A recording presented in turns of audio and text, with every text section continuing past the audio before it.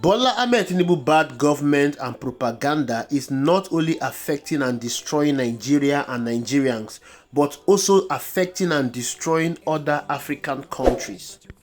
Recall last month when Bola Ahmed Tinubu traveled to Japan, and after the visit, a statement was released by the presidency that Bola Ahmed Tinubu has secured a bilateral agreement with the Japanese government to create a special city meant for Nigerians only in Japan, and the name of that city is Kisarazu.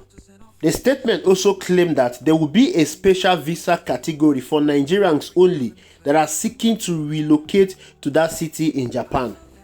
Well, the Japanese authorities came out to debunk that statement, calling it nothing but propaganda and false rumor. But it seems that debunking that statement alone was not enough. It seems it caused a grave damage in Japan, because the Japanese were very angry with their government, and a lot of calls were put forward to the Japanese government asking them why they intend to create a city special for Africans. They accused their government of planning to welcome millions of Africans and could to their local communities. In light of all of this, and coupled with the anger from the citizens, the Japanese government have decided to stop the plan of creating those communities.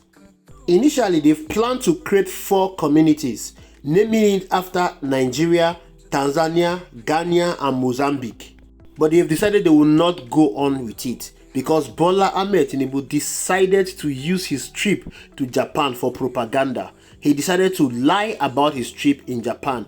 And this has not only severed the bilateral relationship between Japan and Nigeria, but also Japan and Ghana, Zimbabwe, Mozambique, and Tanzania. Japan moved from being a third world country to becoming a powerful country, a powerhouse in the world, because Japan took her leadership very serious. Japan took her citizens very serious. Japan is not a country of corruption, it's not a country of propaganda. Japan is a well-disciplined country. That is why they are where they are today, in the top. Bola Ahmed Tinubu thought that Japan is Nigeria, where you can do anything and go scot-free, where you can live by propaganda, you can rule by propaganda. Just one propaganda that they try to do with Japan has cost Nigeria a lot when it comes to bilateral relationship. But propaganda is what we are used to in Nigeria. This is what we see every day from the government. This is the reason why Nigeria is where Nigeria is currently. This is the reason why Nigeria is not moving forward, because the government doesn't take governance serious. Imagine this level of international disgrace in a nation already grappling with economic hardship, insecurity, and institutional decay. Rather than focus on solving the problem on ground, Tinubu administration has become synonymous with unfulfilled promises and manufactured narrative. Propaganda is the order of the day.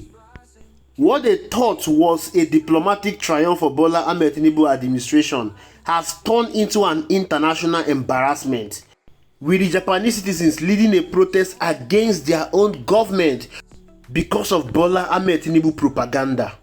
Bola Ahmed Tinubu has been in office for more than 2 years.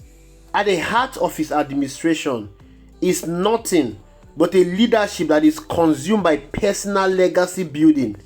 Bola Ahmed Tinubu administration is propped up by propaganda machine that prioritize optics over outcomes. Nigeria has never had it this bad. Nigeria has never been this bad. We are called a giant of Africa for a reason. There is a reason why Nigeria is being called the big brother of Africa. But today, all of those legacies that Nigeria had before has been destroyed, and it has become so worse under Bola Ahmed Tinubu administration. The reason for all of this is because Bola Ahmed Tinubu has left actual governance for propaganda.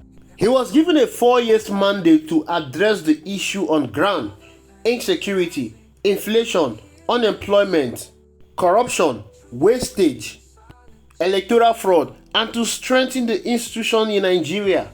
What did he do? Bola Ahmed Tinubu forgot entirely what he campaigned for all through 2022 to 2023 and focused on propaganda and politics. He was more concerned about capturing all the institutions in Nigeria. Look at the National Assembly. It has now become an appendix of the executive. Look at the judiciary. It is now inside the pocket of the executive. The institutions in Nigeria are getting weaker. Look at the Independent National Electoral Commission, INEC, that is charged with the responsibility of conducting free, fair, transparent and credible election in Nigeria, has now become worse under APC and Bola Ahmed Tinubu administration. The last election in 2023 was nothing but a political coup. Rather than nullifying that election and charging INEC to do the right thing, the judiciary decided to be compromised and legalize the fraud that happened in 2023. That is the reason why INEC has not conducted a single transparent, credible and fair election since the 2023 general election was done and dusted. Every other thing has become worse under Bola Ahmed Tinubu administration. Galloping inflation that is biting hard on the citizen, soaring price of commodities in the market, insecurity over the roof, unemployment, hunger, starvation, poverty in the land, taxes and interest rates over the roof, electricity tariff over the roof. It seems Nigeria is running on autopilot. The citizens can hardly afford 1 square meal a day.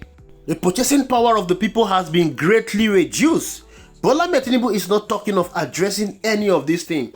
Everything he's concerned about is 2027. His main attention has been how to destabilize political parties in Nigeria, striking a deal with other governors in the country to decamp to the APC. And if you fail to decamp to the APC, they will declare state of emergency and force you to decamp to the APC and support the presidential ambition of Bola Ahmed Tinubu the same way they did it in Rivers State, removing Simila Yefubara and forcing him to align with the president. Propaganda is the order of the day. They live by propaganda. Everything about the government is propaganda. The reason why they are living on propaganda is because they don't have actual work on ground to campaign for. They have not touched the life of the citizens. They have not affected the life of the citizens positively. They have not delivered on any promises they made so far. Mention one single promise the president made during his campaign period that he has fulfilled. Mention one. The only promises so far is that he's going to continue from President Muhammadu Buhari's legacy. And what are the legacy of President Muhammadu Buhari? Fraudulent election, hunger, starvation, insecurity, increased debt. Not only is he continuing in the legacy of late President Muhammadu Buhari, he is doing it worse than President Muhammadu Buhari did. And again, he has now incorporated Nigerian students into debt by giving them student loan. So the president feels it's okay to live by propaganda. That is the reason why he took his propaganda machine to Japan. But unfortunately for him, Japan is not Nigeria. Japan is a well-run, organized country. That is the reason why they are no longer called a third world country. Japan is a powerhouse in the world. Tinubu is destroying Nigeria's reputation and image beyond recognition, beyond repair. Like I said, this is not the first time Bola Ahmed Tinubu is relying on propaganda. The reason for all of this is to appear as if he's working. They're already telling Nigerians that he's the best president this country has ever had. Maybe they mean to tell us that he's the best president in times of propaganda. And this is not the first time. Recall during Bola Ahmed Tinubu's inaugural speech, he declared that petrol subsidy is gone. The same removal of petrol subsidy that led to inflation, hunger, starvation, poverty in Nigeria was the same petrol subsidy that oil marketers confirmed that there were ongoing payment of subsidies on petrol. Even the Minister of Finance confirmed that the government is still paying subsidy.